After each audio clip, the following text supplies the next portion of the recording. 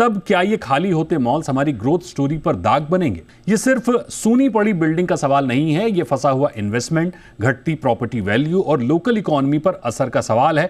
तो क्या ये रिटेल स्लो डाउन है या फिर एक बड़ा रिटेल रीसेट? इसी मुद्दे पर करेंगे आज की चर्चा। हमारे साथ हैं दो खास मेहमान, Shriram PM Moga, cofounder and principal consultant SRED real estate advisory, और हमारे साथ हैं Ankita Sood, national director research Knight Frank India. तो अंकिता जी और श्रीराम जी, आपका बहुत स्वागत है।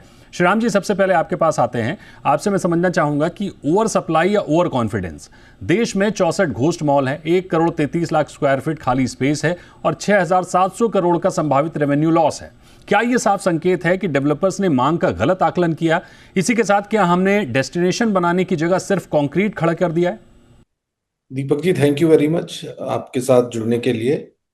Welcome sir. दीपक जी, यहाँ यहाँ पे जो आज की डेट में जो सिचुएशन हमारे रिटेल सेक्टर में बनी हुई है, जो वो ये है कि जो ये आपने टर्मिनोलॉजी यूज करी, गोस्ट मॉल्स उन्हें कहलाते हैं जहाँ पे कोई नहीं जाता, इमारतें बनी रहती हैं और रिटेल एक्टिविटी खत्म हो जाती है, या वो डिक्लाइन पे होती है और खत्म होने के कगार पे होती है।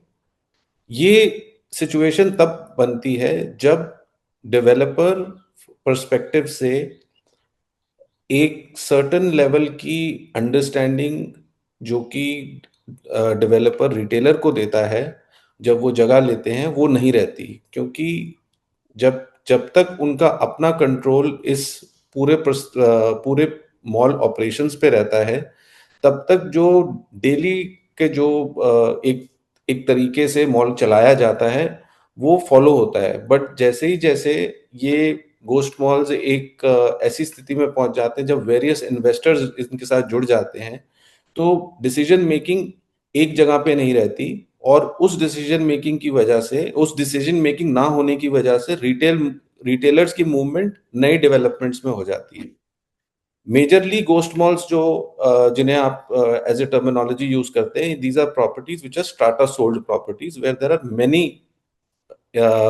Many small investors who have taken, और उन्होंने दुकानें यहाँ पे खरीद रखी हैं।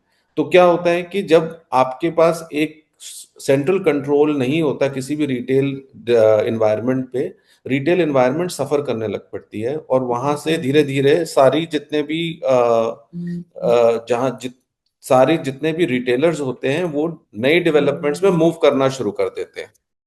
अंकिता जी, अगला सवाल मेरा आपसे होगा। आपसे मैं समझना चाहूंगा कि अभी हाल ही में आपने भी घोस्ट मॉल पर एक रिपोर्ट